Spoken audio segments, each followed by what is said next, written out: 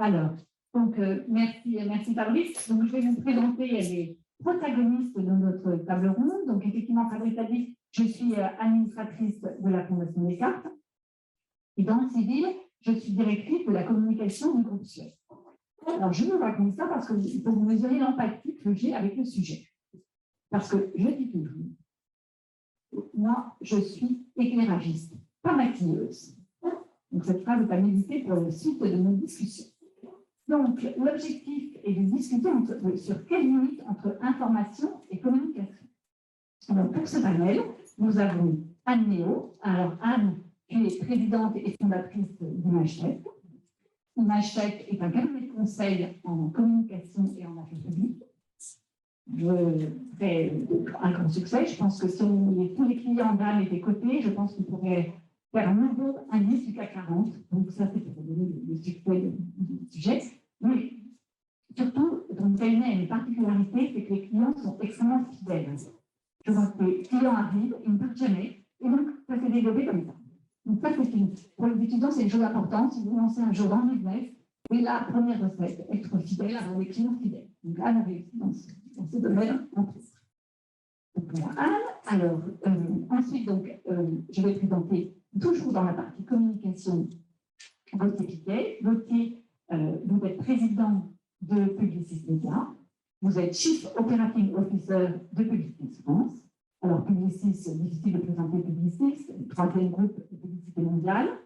Vous nous régalez régulièrement avec différentes publicités. Récemment, vous allez en reparler avec la campagne SNCF Hexagone, que vous avez fait vue sur les réseaux sociaux, entre autres.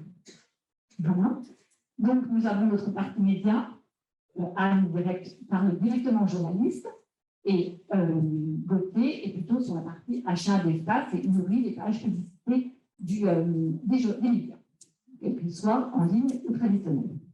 Alors, Fabien Cato, alors Fabien, vous êtes l'homme qu'Anne et moi pour nous torturer.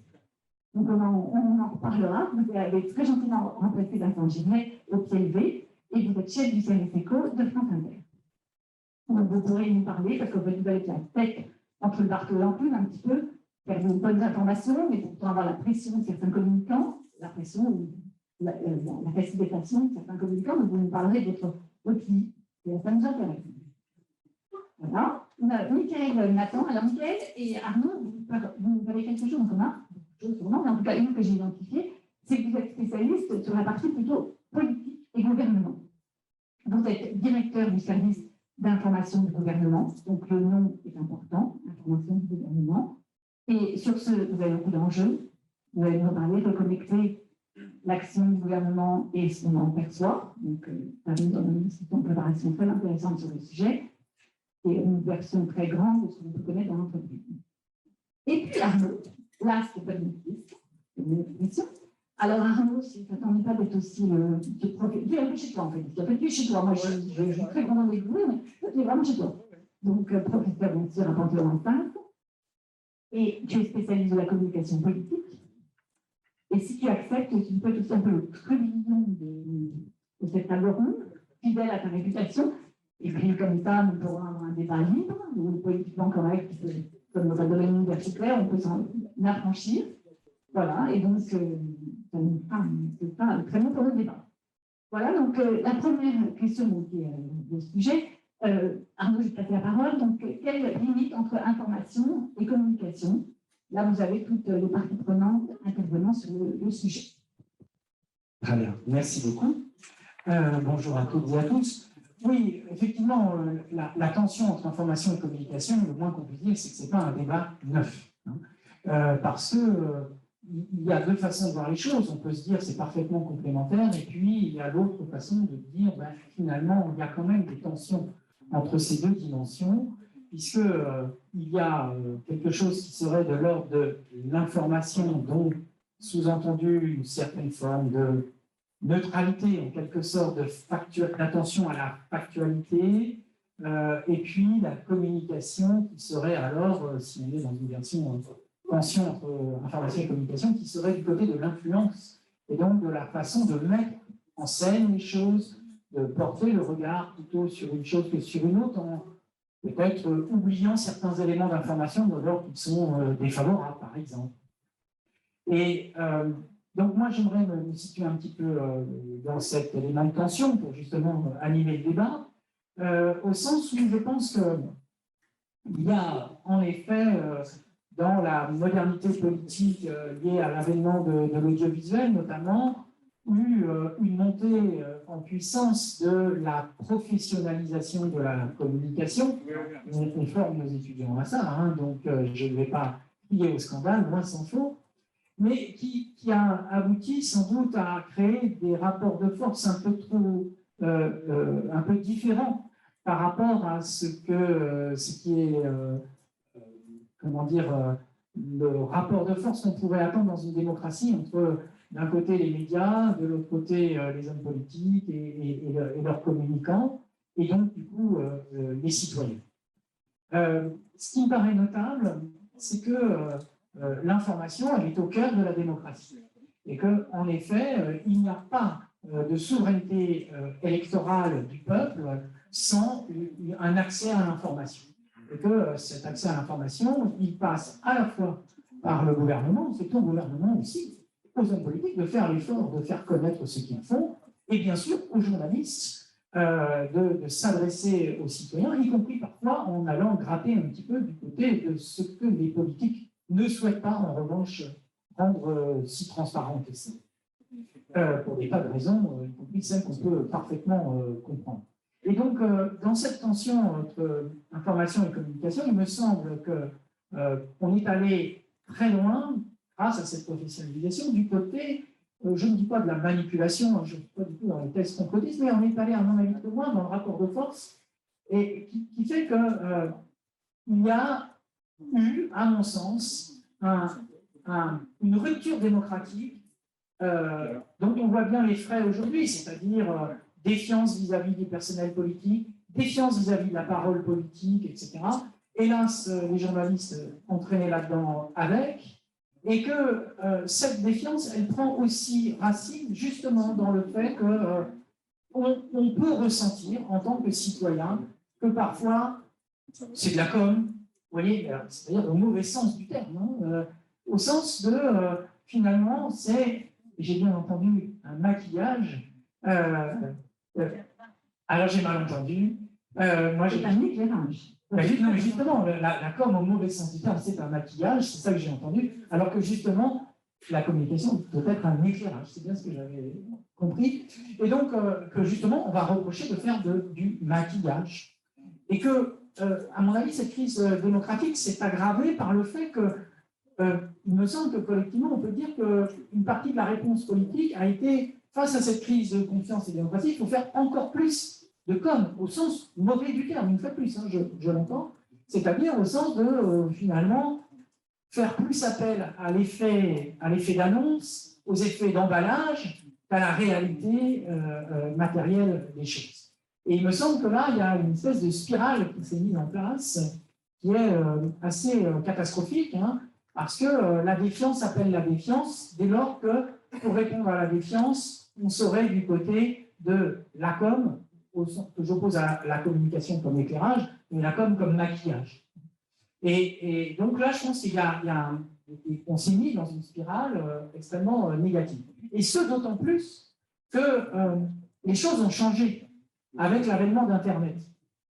C'est le deuxième point de cette crise entre communication et information, parce que finalement, les citoyens, dès lors qu'ils ont le sentiment, à tort ou à raison, qu'on les enfume, qu'on leur fait de la com, hein, qu'on leur ment, etc., que le discours politique n'est fait que d'éléments de langage et non pas de sincérité, etc. Dès lors qu'il y a ce ressenti, ça encourage évidemment les citoyens à se dire qu'il faut aller chercher ailleurs cette information, puisque je n'ai face à moi que de la communication.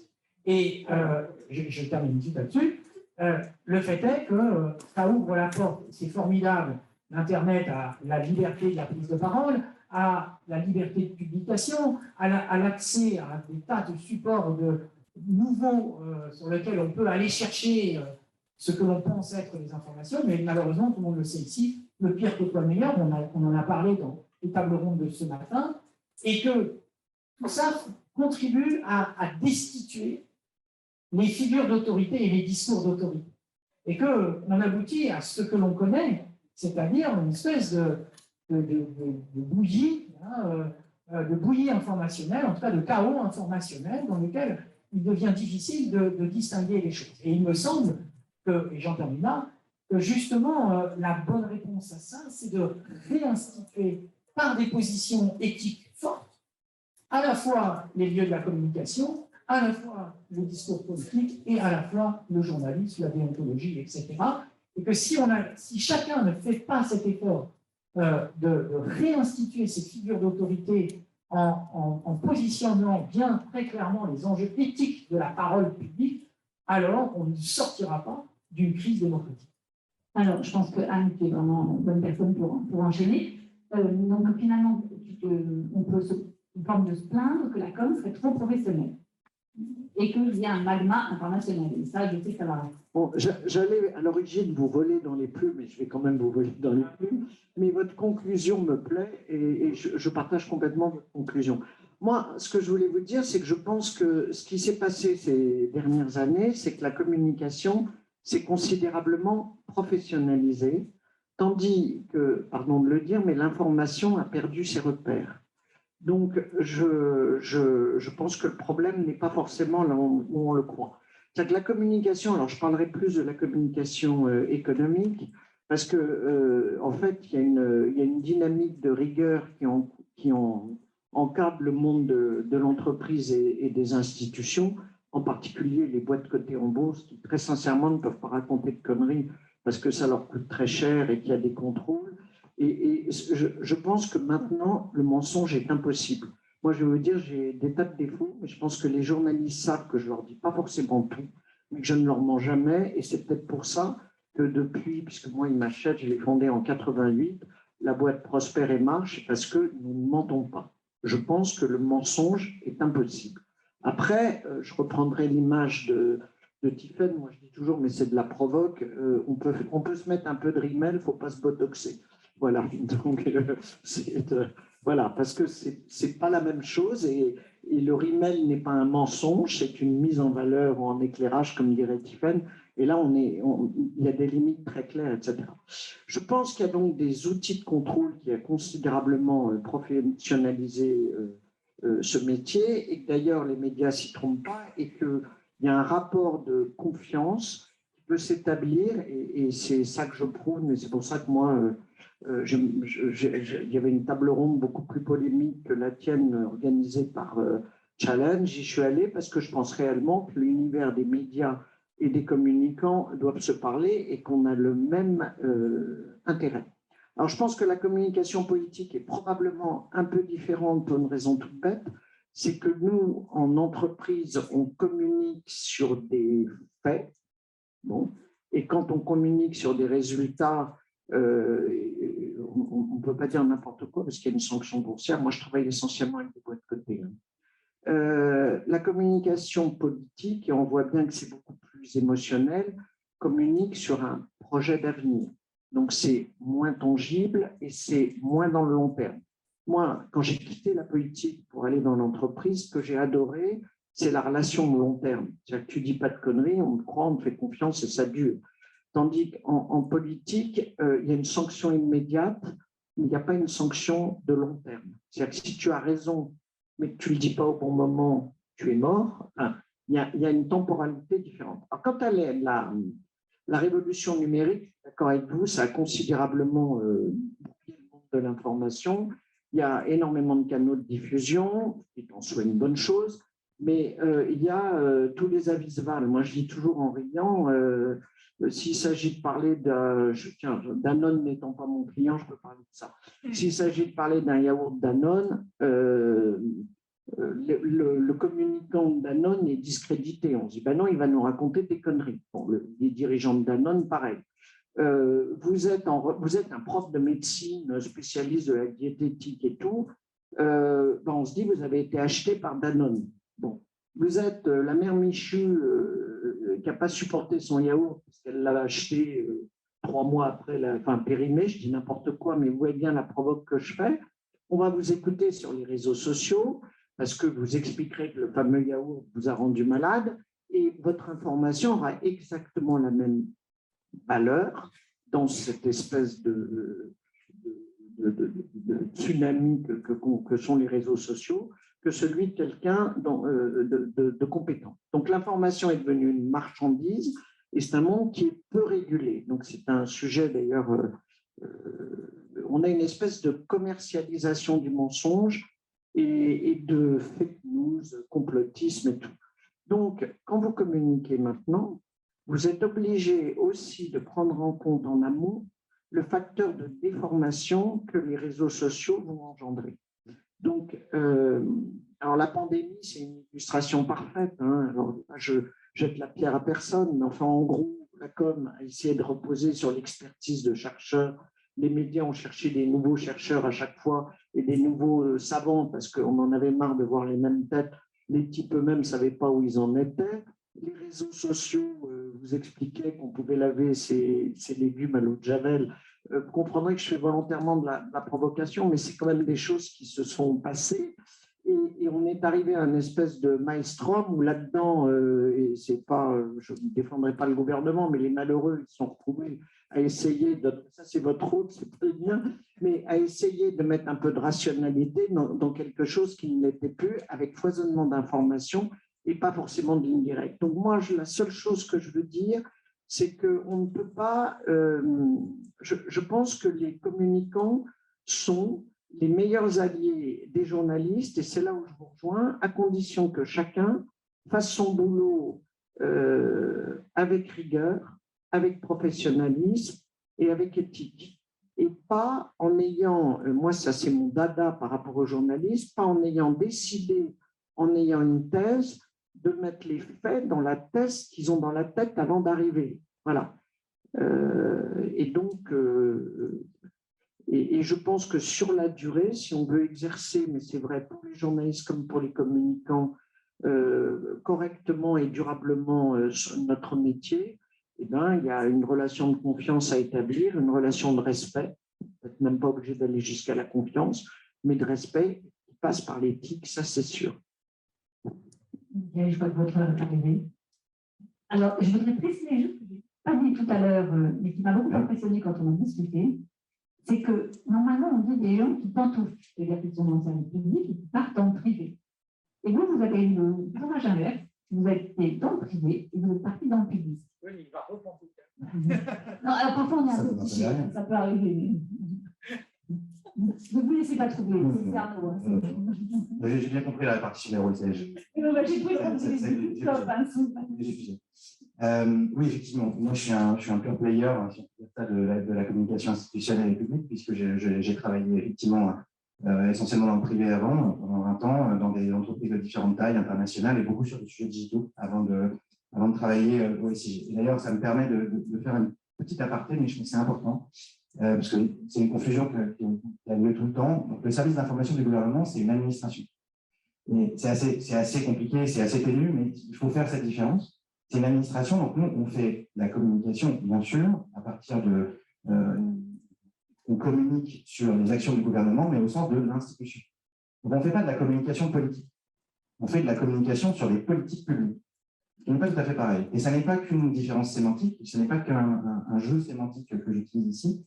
C'est parce que, bien sûr, on a un enjeu de reconnecter la promesse, et je suis tout à fait en phase avec ce que vous disiez tout à l'heure. Les politiciens, les hommes et femmes politiques font des promesses. Il y a un projet à un moment. Ce projet, il y a quelqu'un qui est élu, et derrière, il est implémenté. Il est implémenté, ça passe par beaucoup d'étapes. Donc, il y a un gouvernement au sens d'hommes et femmes politiques, des ministres, puis il y a les assemblées, les institutions, une démocratie qui se met en œuvre. Et derrière, il y a une implémentation par l'État de ces politiques publiques. Et c'est là où le service d'information du gouvernement intervient. C'est quand on doit faire la communication du déploiement de ces politiques publiques. Donc, bien sûr qu'il y a une notion de communication, de communication qui va d'information et de communication, mais sur une thématique qui est bien particulière. Alors, je voudrais revenir sur ce qui a été notre enjeu, nous, puisque vous avez mentionné la crise à travers laquelle on est passé, mais nous, on avait un enjeu de transformation, évidemment.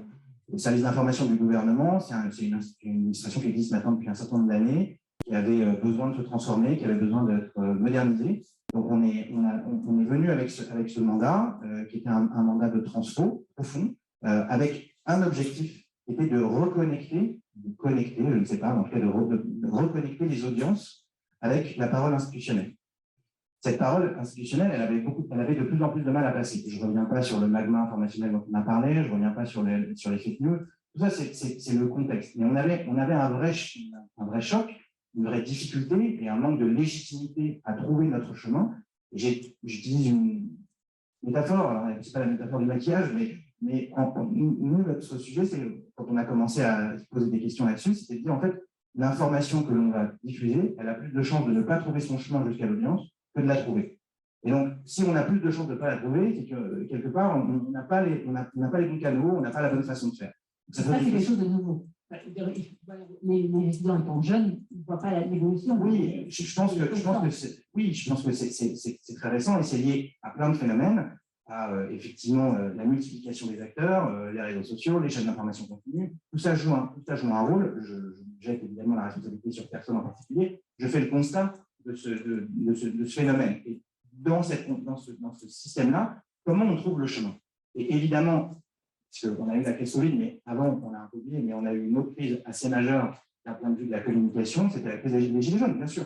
Et dans cette crise-là, trouver le chemin pour toucher les audiences, ça a été un vrai challenge. Et une fois de plus, je ne parle pas de la communication politique, je parle des décisions qui ont été prises et des implémentations qui doivent avoir lieu derrière. Quand le gouvernement décide d'attribuer, de mettre un certain nombre de budgets, il y a des choses qui ont été déclenchées, il y a des décisions qui ont été prises avec des politiques publiques qui s'en suivaient. On voyait bien qu'elles n'étaient même pas entendues. Je me rappelle, dans la crise des Gilets jaunes, il y a une première décision qui est annoncée je me rappelle exactement du montant, alors ça paraît dérisoire au regard des montants qui ont été déclenchés derrière pour la crise Covid, mais 500 millions d'euros avaient été alloués pour faire une première réponse d'urgence à l'augmentation du prix du gazole. Cette information, elle ne passait pas. Elle ne passait pas du tout. Alors, on peut juger la nature de cette politique, la nature de cette décision, on peut dire que ce n'est pas suffisant, etc. Mais moi, je ne vous parle que de la perception. Cette perception-là, elle était quasiment nulle. Donc, on est dans cette difficulté. La deuxième difficulté qu'on a, c'est évidemment un choc d'une certaine façon de légitimité. Et en particulier de cet enjeu de faire comprendre qui fait quoi. Ça, c'est évidemment beaucoup remonté dans le cadre du grand débat national. Donc, on a eu la crise des Gilets jaunes. La réponse a été de mettre en place ce grand débat national. Et dans les remontées qu'on a eues du grand débat national, il y a eu ce point qui était capital pour nous, qui était de dire, en fait, on ne comprend pas ce que l'État fait pour nous. En gros, qu'est-ce que vous foutez pour le résumer. Et quand on regarde ça d'un point de vue de l'information et de la communication, par des professionnels de la communication, on s'est rendu compte qu'on avait un vrai problème de perception. Et c'est là où on a commencé un certain nombre d'actions. On espère qu'elles ont porté leurs fruits, entre autres à travers des actions classiques de communicants, qui étaient de dire qu'il faut qu'on réattribue l'action de l'État à l'État. Et pour le faire, il faut qu'on fasse des choses assez basiques, assez classiques. Déjà, qu'on s'assure qu'à chaque fois que l'État est quelque part, il se voit. Alors, vous allez dire, c'est vraiment d'une banalité affligeante, mais l'État, c'est ce qu'il y a. Je travaille dans des grandes entreprises, mais c'est potentiellement ce qu'il y a de plus puissant en termes de ramification. Il y a des acteurs de l'État partout, et c'est tant mieux, c'est-à-dire qu'on a un État qui marche. Et on l'a vu, je pense, dans le cadre de la crise Covid, à plein de moments, l'État a fonctionné. À un moment, il a peut-être moins bien fonctionné, mais il a aussi fonctionné, et ça prouve qu'il est ramifié. La question, c'est comment est-ce que c'est perçu du point de vue de nos concitoyens, j'allais dire des utilisateurs finaux. C'est un abus de langage. Comment c'est perçu au quotidien par les citoyens. Et cet enjeu de perception a été au cœur des actions qu'on a menées. Donc, un premier enjeu qui était de faire évoluer la nature de l'information qu'on diffuse, c'est-à-dire réfléchir au format, au contenu, évidemment adresser les réseaux sociaux, se mettre dans les cases de ce qui est attendu par nos audiences, comprendre ces audiences au quotidien aussi, qu'est-ce qu'elles attendent. Ce n'est pas seulement une information ou une communication institutionnelle descendante, il faut être capable d'appréhender cet écosystème, premier sujet. Et deuxième sujet, s'appliquer une règle absolue et de dire que, en fait, il faut commencer par avoir une forme de discipline dans la façon dont on diffuse cette information et dont on communique. N'importe quelle entreprise se pose la question, et je parle sous contrôle de mes voisins, se pose la question en permanence, si je suis une boîte, je veux que mon logo soit toujours mis au bon endroit, je veux m'assurer qu'il y a une equity de ma marque, qu'elle est respectée, etc. Si vous regardez la façon dont c'était fait dans l'État, c'était très hétérogène. Donc, je vous raconte ça plutôt comme une anecdote, mais c'est un projet qu'on a apporté avec beaucoup de force pendant ces 3 dernières années, c'est qu'on a renormalisé l'usage de code, de logo, de la marque de l'État. Et du coup, on a créé une systématisation de cette méthode. Et je termine là-dessus. Évidemment, ça pour un communicant, la crise Covid a joué un rôle majeur. Et il faut bien que j'arrive à trouver un point positif dans cette crise, qu'on en a tellement pris sur l'année que quelque part c'est important. Je pense que j'ai eu l'occasion évidemment, on a bénéficié du meilleur lancement de marque ou relancement de marque qu'on pouvait imaginer, puisqu'on s'est retrouvé en tant qu'acteur institutionnel avec une part de voix très importante, qui était qu'il y avait besoin que cette parole institutionnelle officielle émerge dans le magma que vous avez écrit, en particulier celui des experts, etc. Et moi, je crois qu'on a réussi quand même à faire réémerger cela et à faire réémerger cette parole institutionnelle normalisée et harmonisée, qui fait que, au moins, elle est correctement appliquée. Merci. Alors, donc, je pense que Gauthier, puisque Mickaël nous expliquait les problèmes pour trouver l'audience maintenant et ce qu'on n'avait pas avant comme sujet, là, vous allez pouvoir apporter avec la publicité et la pierre à l'édifice. Notamment, le groupe est déjà très engagé sur l'information et sur la qualité de l'information. Mais bon, ça va être mieux. Bonjour à toutes, bonjour à tous. Je pense que ce qui est important depuis tout à l'heure, ce qu'on entend, c'est les définitions. C'est-à-dire, je pense qu'on est aligné, il n'y a pas de tension là-dessus. L'information, elle qualifie un fait qui est dans un compte rendu et qui doit être objectif. Sûrement, Fabien en parlera plus que moi. Et la communication, elle qualifie plutôt une mise en valeur partielle de certains éléments. Et il faut être très à l'aise avec ça. On ne triche pas, c'est qu'il y a un moment, c'est un éclairage particulier, c'est un coup de rimel, effectivement, et pas un botox. La question, elle est de savoir à un moment comment les deux doivent coexister et pourquoi ils doivent coexister.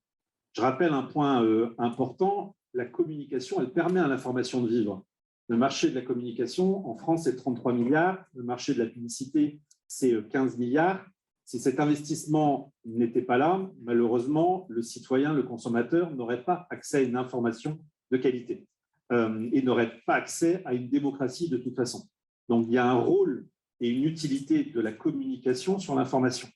Et très clairement, il ne faut jamais oublier que ce n'est pas la communication qu'il faut regarder, c'est pourquoi il y a de la communication, c'est-à-dire pourquoi les marques communiquent et où elles communiquent, et elles doivent communiquer dans des environnements de qualité et sains, et donc dans une information saine.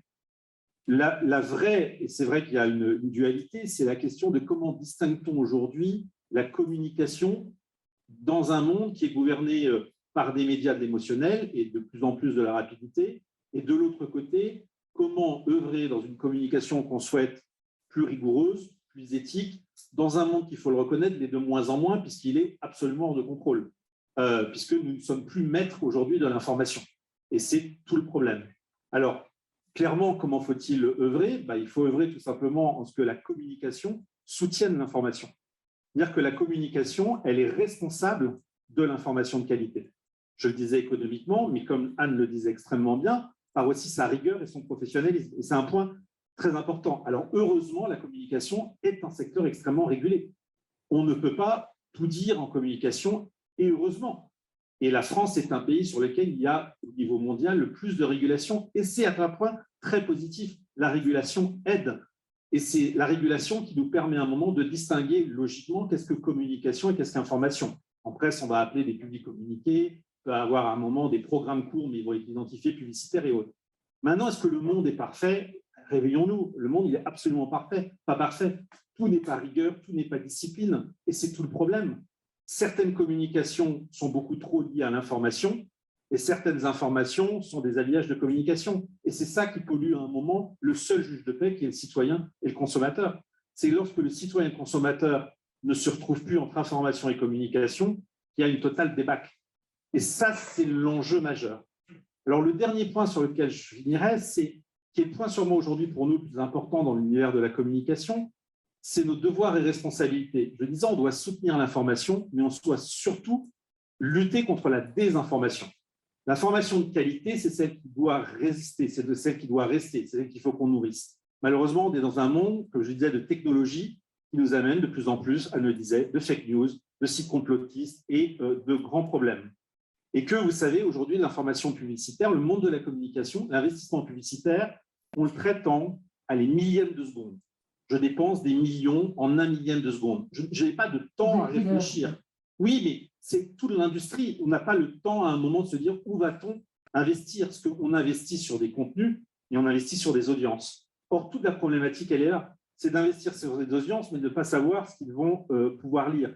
Donc, c'est comment peut-on œuvrer pour assécher aujourd'hui cette désinformation, ces fake news, puisque si nous n'avons pas une information de qualité, nous n'aurons pas de communication de qualité. Si nous n'avons plus de communication de qualité, nous n'aurons plus un moment de soutien économique à l'information. C'est un cercle vertueux qui deviendra vicieux.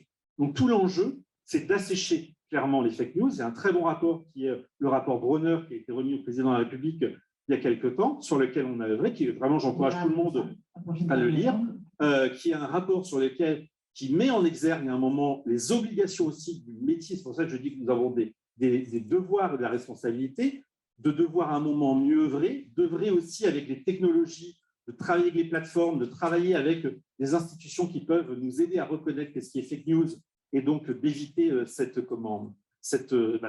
encouragement. Alors heureusement, les parts sont infimes, mais l'infime dans le fake news est un infime de trop. Je ne parle même pas du complotisme. Donc il faut absolument qu'on œuvre là-dessus. Maintenant, je finirai juste sur une note un peu positive.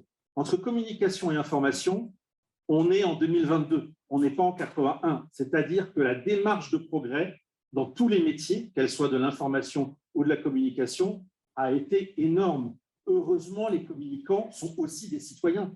Heureusement que les communicants pensent qu'un homme peut faire la lessive, qu'un homme peut mettre du maquillage, etc., etc. C'est-à-dire que les communicants sont dans une démarche de progrès où ils sont plus responsables, ils ont aussi un peu de sens, ils croient aussi que la planète, il est temps de faire quelque chose pour elle, et que donc chacun essaye d'avoir une communication plus responsable, plus transparente, parce que je le rappelle, le seul juge de paix, ce n'est pas le communicant ou ce n'est pas la marque, ce n'est pas l'information ou à un moment le journaliste, c'est l'auditeur, c'est le citoyen, et s'il n'a pas quelque chose qui est fait avec rigueur, éthique et discipline, bah, il ira ailleurs, et donc s'encouragera à aller chercher de la mauvaise information ou de la mauvaise communication.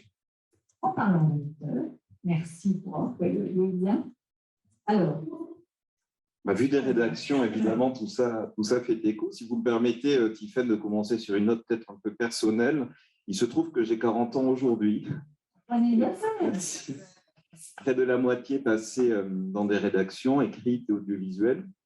Et je crois qu'en 20 ans, on est tous d'accord pour dire qu'un des sujets qui est très fortement monté, c'est la concurrence sur le créneau de l'information pour nous des rédactions.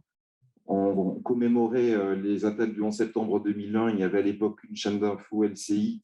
Il n'y avait pas les réseaux sociaux.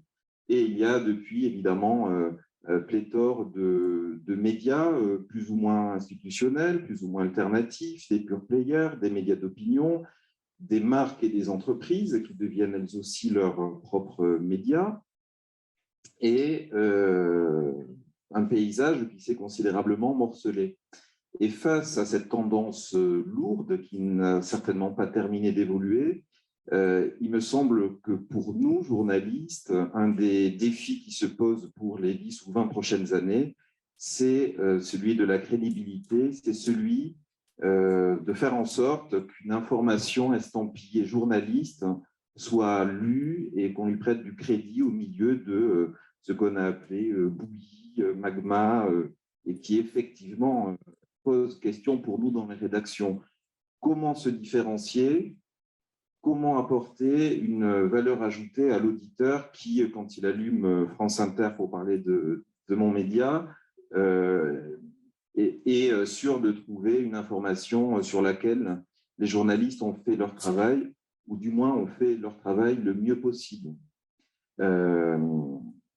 Il y a ce terrain de la crédibilité à gagner, c'est là qu'on en arrive. Je pense que le journalisme économique en particulier est au carrefour du lien entre information et communication sur le travail qui doit être fait avec les communicants qui, nous, pour vous parler du métier et des rédactions, sont de vraies sources d'information dès lors qu'il s'agit de mettre dans un contexte une annonce, de rappeler un historique, de parler d'un d'une évolution de stratégie d'une marque. Pourquoi est-ce que telle marque se lance sur tel marché? Pourquoi telle tendance de consommation est intéressante à regarder? Bien sûr, Anne disait que les communicants ne disent pas forcément tout, mais qu'ils ne mentent jamais. Ceux qui survivent. Et je pense qu'il y a quelque chose aussi de vrai pour les journalistes dans ce domaine-là. Nous sommes forcément toujours en quête d'informations vraies. Elle arrive parfois par les communicants, parfois par d'autres sources, mais on est là, nous, pour représenter notre travail, qui est une sorte de synthèse, finalement. Je pense que les journalistes s'enrichissent d'entreprises qui communiquent. Pour prendre un exemple que moi j'ai personnellement suivi, vous vous souvenez certainement de l'actualité dramatique qui a secoué le groupe Orange il y a une dizaine d'années maintenant, avec une vague de suicides affreuses et des conditions de travail qui étaient très compliquées sur l'ensemble des sites. Je pense que le nouveau patron d'Orange qui est arrivé dans la foulée de tout ça, Stéphane Richard, a eu comme premier réflexe un bon réflexe qui était celui d'ouvrir derrière lui les portes des centres Orange, de faire entrer aussi les journalistes, de provoquer, de rendre visible aux yeux du grand public ce qui se passait, ce qui avait été trop longtemps enfoui. Et je pense que ça a été plutôt mis à son crédit au début du mandat. Je pense à l'inverse, pour prendre un exemple dans l'actualité en cours, que ce qui se passe autour des maisons de retraite, des EHPAD et d'Orpea est peut-être le symptôme d'un secteur qui n'a jamais ou très peu communiqué, et que l'absence de partage fait que tôt ou tard arrive un journaliste d'investigation, arrive Cache Investigation, un journalisme qui va aller forcer les portes et accéder à la vérité par des moyens qui lui sont propres et qui sont justement rendus nécessaires peut-être par l'absence de communication de la part de certaines entreprises. Je réponds, bien sûr. Dans un contexte quand même, il faut, parce que vous dites accès à la vérité, je pense qu'il n'y a pas la vérité d'un côté et que l'affaire est plus complexe. Donc, c'est déjà jugé que de considérer que le livre de Castanet est l'accès à la vérité. Je pense qu'en plus, c'est un problème extrêmement, comment dirais-je, c'est presque psychanalytique, c'est la honte qu'a notre société de la façon dont elle traite ses vieux, entre guillemets, qui en plus est liée à l'urbanisation, l'habitat. Enfin, voilà, moi j'ai eu la chance de pouvoir garder ma maman chez moi, mais j'ai conscience du fait que j'ai eu cette chance-là parce que j'avais les moyens de le faire. Mais ce que je veux dire, c'est qu'il y a une hystérisation du débat et que quand un débat est hystérisé, c'est toujours plus complet de ramener à une rationalité. Voilà, ça c'est la première chose. La deuxième, c'est que c'est un sujet où je pense toutes les maisons, il y a un autre sujet, c'est qu'il y a de l'argent public qui finalement permet à des groupes de gagner du fric, des groupes cotés en bourse, de gagner de l'argent. Donc, c'est une deuxième raison d'émotion forte. En même temps, il n'y a pas vraiment de système parce que le public n'arrive pas à faire face et que j'ose espérer qu'après ce tumulte, il y aura sûrement des régulations mieux faites, etc. Mais il y aura toujours des EHPAD et tout. Et maintenant, pour répondre à la légère pique, je tiens à vous dire que l'information de la lettre A est complètement fausse, mais que mon boulot n'est pas de veiller à mon, comment dirais-je, à l'ego de ma boîte. Moi, je suis au service de mes clients, mais vous pouvez imaginer que si vous avez un tout petit peu de métier, vous conseillez évidemment à vos clients, dès qu'ils reçoivent une lettre, de répondre. Voilà. Donc, alors après, les clients sont libres de faire ou de ne pas faire. Et vous avez en l'occurrence là un board qui n'avait pas été mis au courant, qui a repris les choses en main et qui ne communique pas pour le moment parce qu'il attend d'avoir une enquête très précise. Et de toute façon, s'il s'agite maintenant, il n'a aucune information forte à donner. Et quand les enquêtes seront terminées, ils en tireront les conséquences et ils communiqueront fortement. Voilà. Bon, gagne toujours, évidemment, à communiquer et à échanger entre les sphères. Oui, mais à communiquer quand on a les informations. Parce que si vous voulez, à partir du moment où il y a une direction générale qui en plus a été sanctionnée et partie, voilà, il faut être sûr avant de parler. Nous, en fait, notre travail, effectivement, est aussi, dans ce cas et dans beaucoup d'autres, celui de la contextualisation. On a souvent ce débat sur l'objectivité, mais si déjà on arrive à avoir une certaine diversité de points de vue qui s'expriment sur… Sans mettre en cause forcément, mais encore en les mettant… vous avez par exemple certains journaux liés à la maison d'édition qui a sorti le bouquin qui ne prennent absolument plus que le groupe bille en tête et qui ne reprennent même pas les informations d'explication qu'ils leur ont données. Donc, ce que je veux dire, c'est que là, on est rentré, on est vraiment rentré dans une espèce de catharsis, voilà. Et je pense que la communication, c'est aussi comme la tempête. Il y a des marins dans la salle, je sais. Quand ça se met à souffler de toutes parts, il y a aussi un moment où il faut se mettre à la cape, il faut attendre que le vent s'apaise, parce que si on donne des coups de gouvernail d'un côté, des coups de barre à gauche, des coups de barre à droite, on est sûr de se retrouver dans la flotte. Et la pire des choses, c'est de répondre par des choses fausses. Donc, il faut d'abord avoir un état exact des choses et après répondre. Je voudrais juste, pour terminer, répondre aussi sur les gilets jaunes en quelques minutes, Alors, en quelques secondes. Parce que là, on est quand même sur un sujet agilité, donc puisque vous avez lancé le sujet, je me permets de rebondir. Donc, nous avons un cas, comme vous comprenez, vous voyez la qualité, je dirais, de l'information ou de la non-information parce qu'elle n'existe pas. Donc, on est vraiment dans un cas très réel. Vous avez une opportunité extraordinaire de voir comment un dialogue s'instaure entre une entreprise qui a certains faits à valoir et un journaliste qui, lui, cherche effectivement à informer le public dans un contexte très chaud. Donc, voilà, c'est le métier exactement que nous faisons tous, je pense, autour de la table régulièrement. Donc, c'est le dialogue qui est très important. Et aussi, autre chose dont on a parlé ce matin et que vous avez évoqué, c'est le côté émotion. C'est vrai que les réseaux sociaux se nourrissent beaucoup d'émotions, avec de temps en temps du numérique, mais avec de temps en temps moins. Et donc, il faut aussi commencer, peut-être que c'est un peu la deuxième partie du débat, ça va peut-être durer, mais que les solutions, comment traite-t-on, parce qu'on doit informer, comment gère-t-on l'émotion pour conserver l'information, parce qu'il peut y avoir une opposition entre les deux. Donc, il y a une partie de la parole sur le sujet.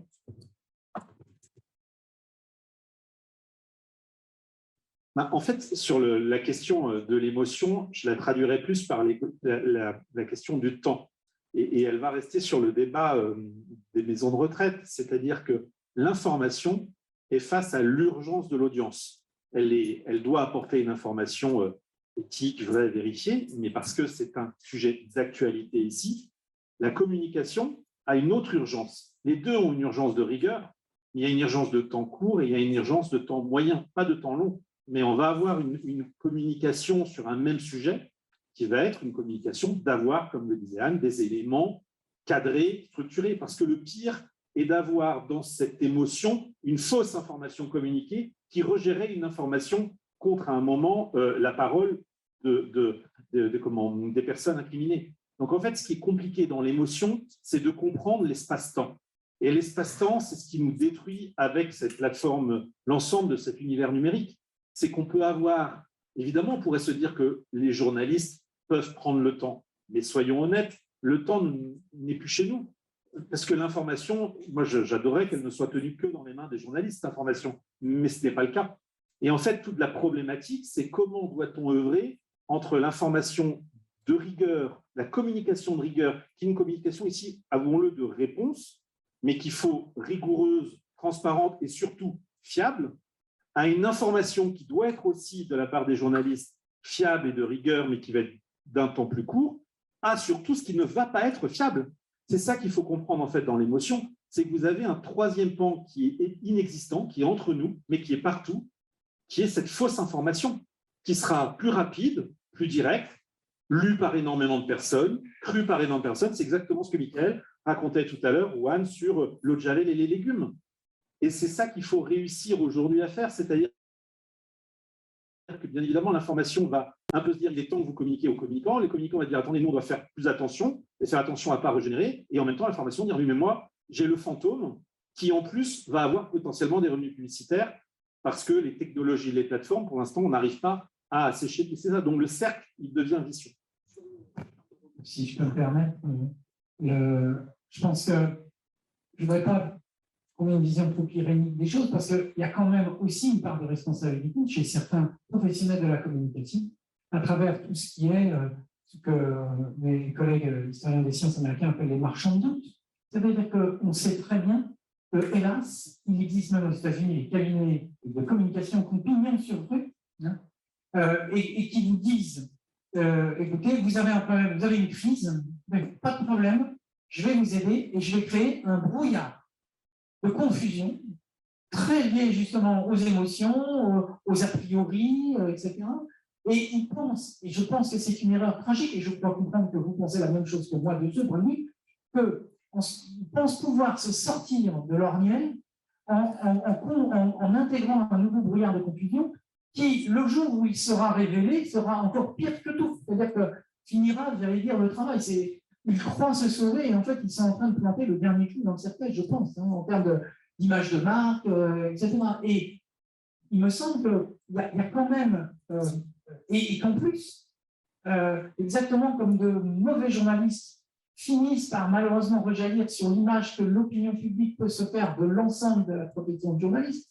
On sait très bien que des journalistes sérieux, patentés, sont parfois pris à partie, etc. Et que quand, par exemple, des Gilets jaunes, et elle dit, ah oui, alors vous avez vu, mais c'est pas mon média, nous on ne fait pas ça, mais c'est un tout. Et c'est la même chose pour les communicants, c'est-à-dire qu'on finit par jeter le bébé avec l'eau du bain et que c'est tous les communicants. Donc, mais moi, ce qui me paraît quand même intéressant à noter, c'est de voir comment, pour le coup, c'est aussi professionnalisé cette stratégie des marchands de doute et comment a pu, et c'est une question à la limite que je vous poserai bien volontiers, comment a fini par s'installer dans la tête de certains, j'allais dire de vos confrères, vous voyez ce que je veux dire, mais finalement une bonne stratégie, qui à mon avis, est une stratégie de fuite folle, hein, mais c'est de profiter justement du halo de confusion pour en rajouter une mouche en espérant fuir ses responsabilités. Alors, je crois que c'est la loi du marché. À partir du moment où il y a une émotion, il y a des gens qui cherchent comment contourner, donc il y a des officines qui se montent. Mais j'allais dire, je pense que toutes les maisons sérieuses ne rentrent pas dans ce genre de manipulation qui se font essentiellement d'ailleurs sur les réseaux sociaux. Hein. C'est essentiellement ça.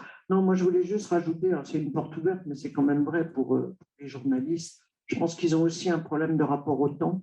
C'est-à-dire que vous n'avez plus le temps et plus les moyens économiques. Bon, c'est peut-être moins vrai en radio, je connais moins. Je ne sais pas, vous me direz, mais sur les journaux, les types, ils sont de moins en moins nombreux, de moins en moins formés. Alors ça, c'est un truc, je pense d'ailleurs qu'en économie, ils sont plus formés qu'en politique. Vous voyez débarquer des jeunes journalistes politiques qui traitent de la présidentielle, je crois qu'ils ne savent même pas la Constitution de 58. Non, mais je suis sérieuse.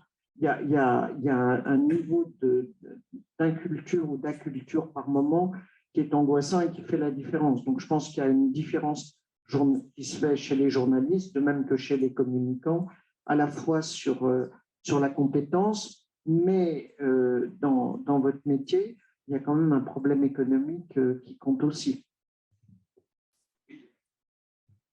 C'est bon, on peut faire de la radio et pas savoir faire marcher le micro.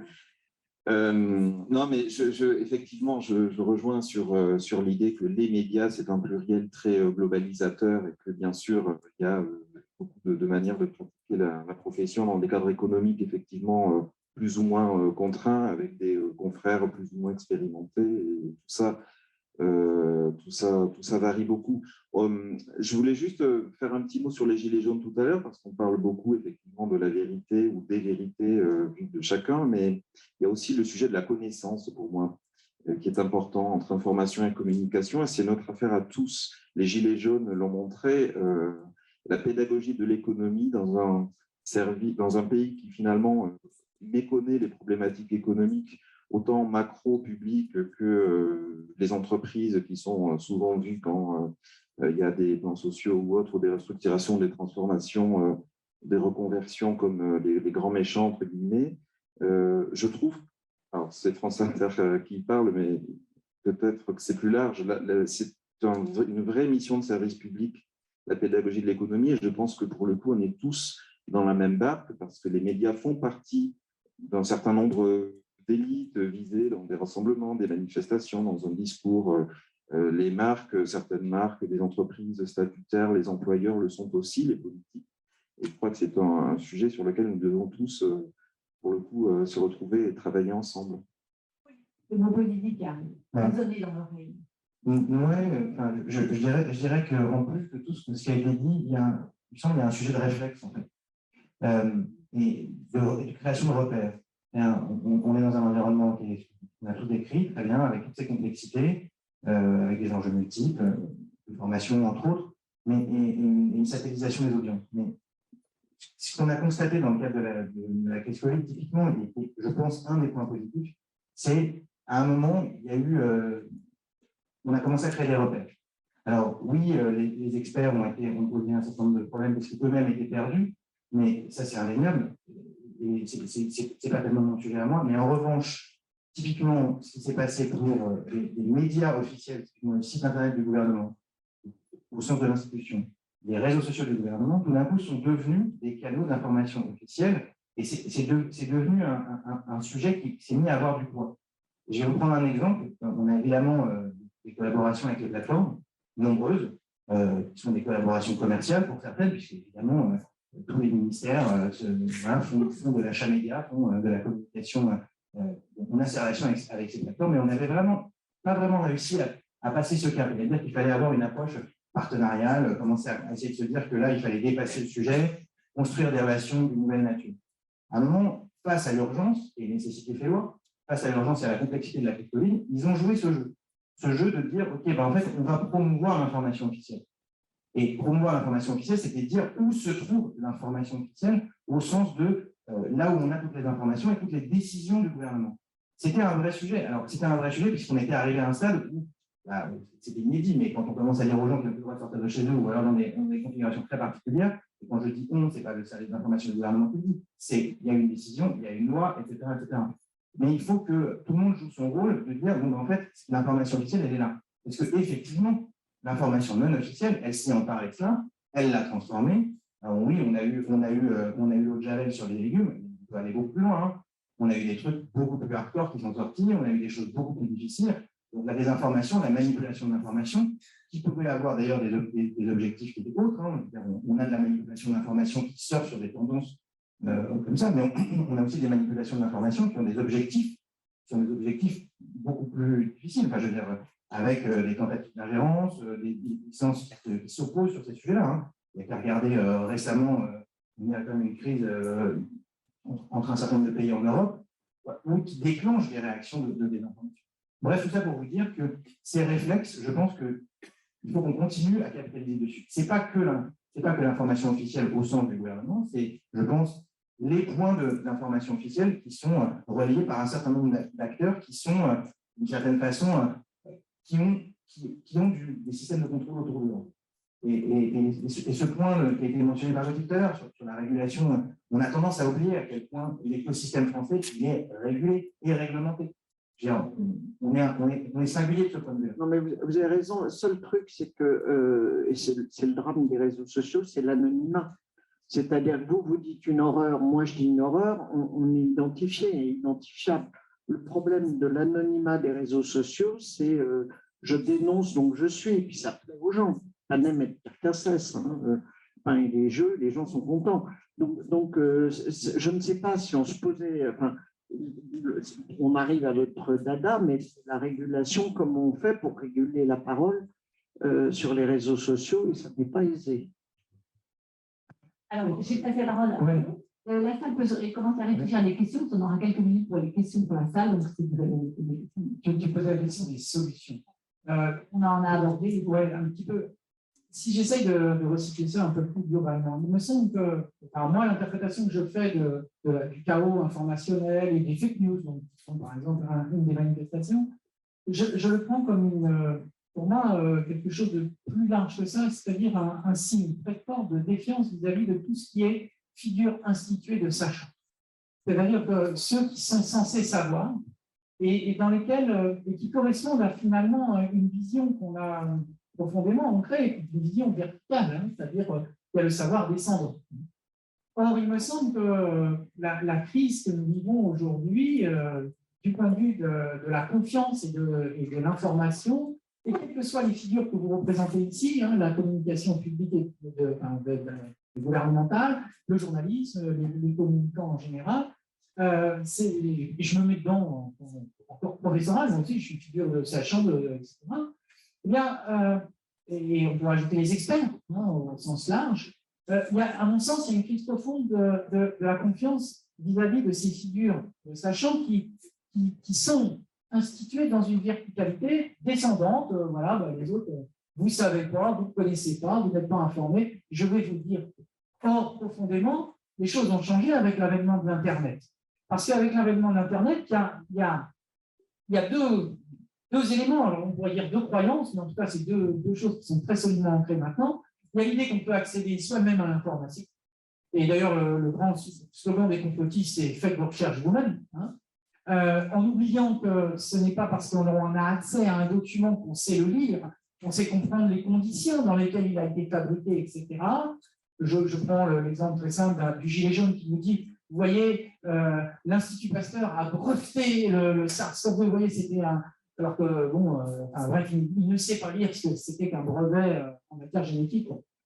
Et donc, il y a l'idée qu'on accède librement à l'information, donc on n'a plus besoin de ces corps intermédiaires qui nous amènent les choses, on peut faire par soi-même. Et puis le deuxième point, c'est que ça correspond à une aspiration, à une reconnaissance dans l'horizontalité. En fait, on souhaite être reconnu comme un égal. Et effectivement, je suis égal. Moi, je suis aussi compétent, enfin, en tout cas, j'ai autant le droit qu'Anne Méo à prendre la parole sur ce sujet, même si j'y connais 10 fois moins qu'elle, mais après tout, je suis moi, donc j'ai le droit. Et je peux m'exprimer.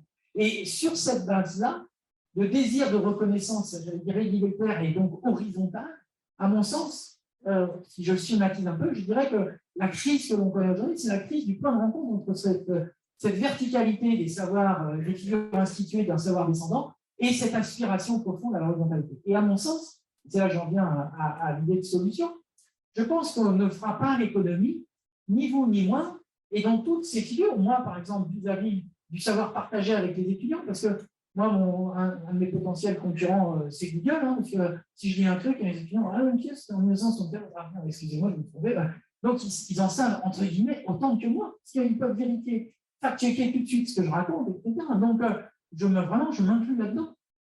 Je pense qu'il faut repenser ce point de liaison, de connexion entre cette verticalité et cette aspiration plus horizontale. Et je prends un exemple de gestion de crise, Lubrizol. Donc, Rouen, ça flambe de partout, il y a des fumées. On commence, il y a plein de reportages où on voit les gens ont plein de cendres, etc., de poussière dans leur jardin, partout. Et on se pose la question, est-ce que c'est grave, est-ce que c'est pas grave, est-ce que j'ai inhalé, est-ce que c'était... On nous dit, attention, Lubrizol, hein, c'est pas rien, c'est quasi saison, tout ça, donc ça pourrait être toxique. Et après tout, on a raison. Moi, j'aurais été dans leur coin, j'aurais commencé par me poser la question de savoir s'ils étaient toxiques ou pas. Donc jusque-là, ça me paraît logique. Je constate, je ne fais pas mon grand yaka, mais je constate que très vite, des associations sont construites de citoyens qui voulaient savoir, qui exigeaient de l'État, notamment, de savoir, bon, est-ce que c'est toxique ou pas, et qu'il y a eu un rapport qui a été commandé, très bien, par le préfet, etc. Mais le préfet, il a fait la séance de restitution avec les experts qui ont compris en huis clos. Et il y avait les citoyens rouennais qui étaient là, devant la préfecture, et qui réclamaient, qui voulaient savoir, etc. Mais pour moi, c'est une erreur tragique, parce que vous accréditez l'idée que vous avez quelque chose à cacher. Que ça veut dire quoi? Ça veut dire que peut-être que c'est dangereux, et dans ce cas-là, il ne faut surtout pas que les gens le sachent si jamais l'expert dit que c'est dangereux, et que, puisqu'ils l'ont fait après coup, ben, de toute façon, ils se préparent un petit élément de langage, et quelle que soit la solution, de toute façon, ils avaient déjà préparé leur truc. Alors que, à mon sens, dans cette rencontre entre cette verticalité et cette horizontalité, je suis un peu schématique, je suis désolé, mais je pense que l'image est un peu parlante, ben, je pense que la principale erreur, c'est de ne pas intégrer, par exemple, des représentants de ces associations pour arriver à faire en sorte qu'ils puissent contrôler si oui ou non ils ont eu le sentiment que. Alors je sais bien que les complotistes diront toujours oui, mais c'était une réunion arrangée, ils avaient fait le truc avant, ils avaient fait le rapport. Mais enfin, dans la symbolique en tout cas, il me semble que là on est ailleurs si on continue à laisser les gens dans la rue en train de manifester en réclamant l'accès à l'information, versus on prend certains de leurs représentants et on les intègre à un discours. Sur la crise du Brisol, oui. Alors, non, mais c'est un très bon exemple et pour le coup, on l'a suivi de près. Donc, j'ai un petit souvenir de comment ça s'est passé. Je vais rajouter une anecdote de la crise du Brisol pour expliquer d'où on part. Oui, il y a des gens qui ont des sondes dans leur jardin et ça c'est pris par des médias traditionnels. Et puis, il y a une vidéo qui fait quelques centaines de milliers, plus de millions de vues en quelques heures. C'est une vidéo qui est en format très restreint, donc en plan très restreint, de quelqu'un qui filme son évier et dont on voit sortir de l'eau noire. Alors, on ne sait pas où ça a été filmé, on n'a aucune information sur rien, mais cette vidéo, elle devient l'incarnation du mensonge. On n'a jamais été capable de dire d'où elle venait. Hein. Dans la même période, il y a tous les acteurs de l'État, donc le préfet, le DREAL, donc c'est les services déconcentrés en charge de la partie écologie, etc., qui commencent à prendre la parole. Alors, je me souviens très bien du sujet en question et sur le point de est-ce qu'il fallait ouvrir à tous ou pas. Et je reprendrai le point d'Amnéo tout à l'heure, c'est qu'il y a quand même eu un sujet qui consistait à dire qu'il fallait connaître l'information. Moi, je vous rappelle qu'on ne savait pas ce qui avait brûlé et que le sujet, pendant plusieurs jours, a été de prendre et d'éplucher les livrets de l'entreprise pour savoir ce qu'il y avait effectivement comme composé, pour pouvoir être capable de dire si oui ou non il y avait des composés toxiques qui avaient brûlé ou pas. Donc ça a pris un certain temps. Et ça nous ramène dans ce choc de la temporalité, en fait, on a une vidéo virale de quelqu'un, on ne sait pas d'où, qui filme de l'eau noire qui sort, et en parallèle, on a besoin de faire l'étude des 250 000 composés chimiques qui étaient entreposés et qui sont tous normalisés. Et donc, il faut dire, en fait, celui-là, quand il brûle à 250 degrés, en fait, il n'est pas toxique. Mais s'il brûle à 1000 degrés, en fait, il devient toxique. Donc, cette complexité, cette technicité, il a fallu à l'État quelque temps pour le faire. Et ce choc de temporalité a fait que, oui, ça crée de l'attente. Donc après, bien sûr, il y a des choses qui auraient dû être optimisées. Et moi, je ne suis pas du tout en train de vous dire que Lubrizol a été la meilleure crise qui a été gérée d'un point de vue de la communication, puisqu'en fait, c'était, je rappelle, hein, et je termine là-dessus, pour nous, c'est un point assez important. Il n'y a pas de crise à Lubrizol, en fait, au départ. Parce qu'en fait, ça brûle, les pompiers viennent, ça se passe bien, le truc s'enchaîne bien. Après, et donc, il n'y a pas vraiment de communication de crise. Après, il y a une crise de com. Il y a une crise de communication. Parce qu'on se retrouve avec ce que je viens de vous dire, et un choc de temporalité, et qu'il faut adresser. Et on l'adresse plutôt de façon locale. Je tiens à vous mentionner ça parce que c'est pas une communication qui a été remontée en centrale et sur lequel, bien sûr, il y a des ministres qui sont déplacés, c'était normal, c'est le rôle du politique. Mais c'est le préfet qui a géré la communication en local, en proximité avec les gens et avec les administrés. Voilà. Fabien, je vous laisse la parole, et après, on laisse une question à Aude. Rapidement, et c'est là que nous, on a ce défi d'estampiller une information journalistique par rapport à ce que vous décrivez. Vous parlez de l'eau noire, oui, de la vidéo qui tourne sur les réseaux sociaux, mais nous, médias, avons un vrai travail de crédibilité à gagner, à ne pas reprendre ces éléments-là sans savoir de quelle source ça vient, et à trouver et à identifier des sources qui, elles, parlent quand elles ont des infos à donner. Merci. Alors, une question dans la salle. Alors, vous êtes tout timide. Ah, bonne fille. Et les filles.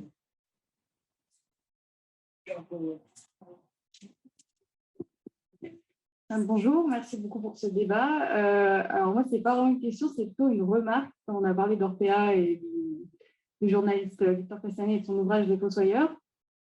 Je n'ai pas trop compris pourquoi on a remis en question les faits et le fait que c'est un travail journalistique de 3 ans d'enquête qui sont des faits et que pour moi, dans le journalisme, il n'y a pas plusieurs vérités, il y en a une, ce sont les faits, et que peut-être dans la communication, il y a des opinions, et voilà, il y a une vérité et il y a des vérités d'opinion. Voilà, c'est pas trop compris.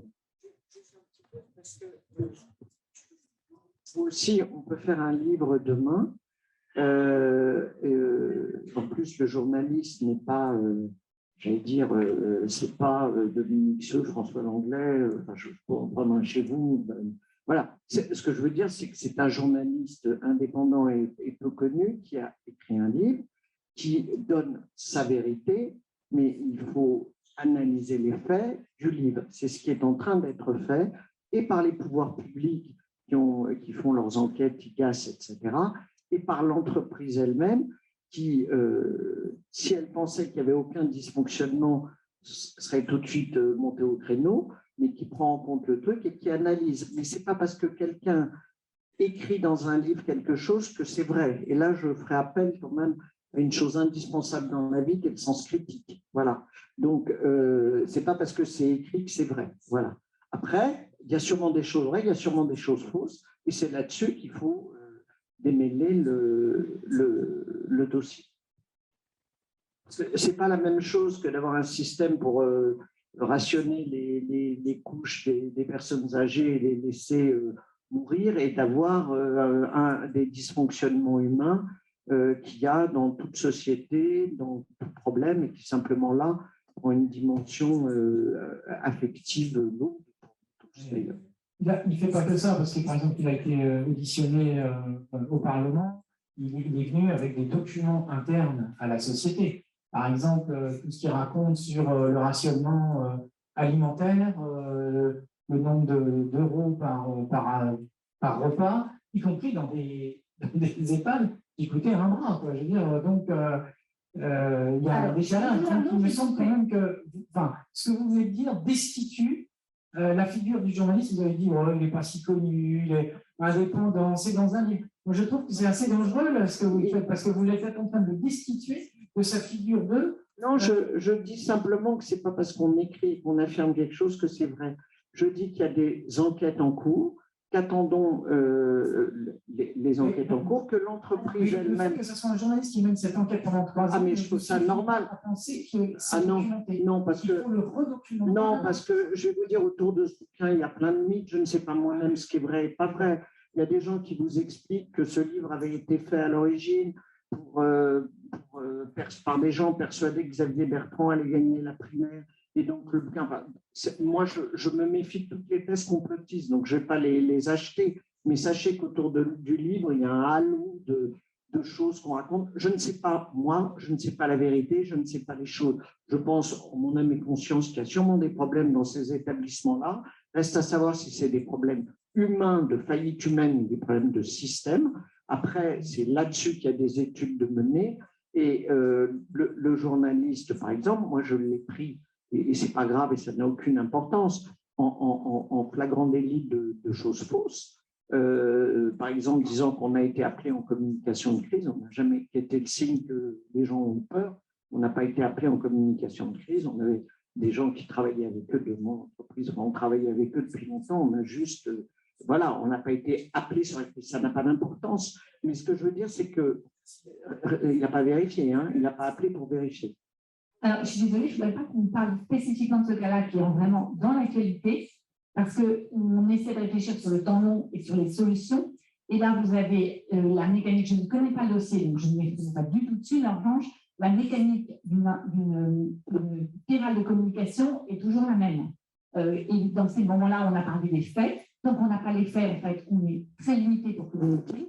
Et des faits, on pourrait vous citer, on pourrait vous raconter quand même des dizaines de cas où ce qui paraissait tout à fait blanc était en fait tout à fait rouge. Mais il fallait un mois pour l'expliquer parce que ça se détricote. C'est le métier du communicant et c'est l'intérêt qu'a notre métier. Et il faut pour ça un peu de temps. Et tout à fait normal, vous n'avez pas, les journalistes, l'audience, nous-mêmes, c'est aussi l'audience, on a envie d'information tout de suite et on essaie de trouver la meilleure information possible. Donc là, le dossier me semble beaucoup trop chaud pour qu'on puisse en débattre. Mais en revanche, on pourrait en redébattre dans un an, mais il faut du temps. Et c'est vraiment, il ne faut pas qu'on fasse nous, là, en débat, en fait, on bénisse. Ce n'est pas les communicants qui analysent, en l'occurrence, les faits sur un dossier comme ça. Hein. C'est des cabinets d'audit, c'est des cabinets dont c'est le métier, c'est les services de l'État, ce n'est pas nous qui… Et parfois la justice. Non, bien sûr, mais ça ne nous empêche pas d'avoir un sens critique qu'on utilise en urgence, comme les journalistes. effectivement, il y aura des vérifications, des contre-vérifications qui viendront. En attendant, ce livre lance un débat. Il est utile de ce point de vue-là parce qu'on a tous, dans nos entourages et dans nos vies personnelles, peut-être expérimenté, et on sait qu'il y a un sujet autour des maisons de retraite, qui parfois, comme on l'a dit, effectivement très cher. Et puis, il y a aussi, voilà, Orpea qui a lui-même tiré tout de même quelques leçons dans son organigramme déjà, qui a commencé et qui va peut-être continuer, mais en tout cas, sans ce livre, ce n'aurait certainement pas été le cas. Oui, Ce que je trouve intéressant sur ce cas, pour reprendre notre sujet, c'est qu'il y a le cas de l'information. Il n'y a pas beaucoup de communication. Donc ici, on est sur un cas d'information. Et il y a le cas de la résonance. C'est-à-dire, on est encore dans le système d'urgence.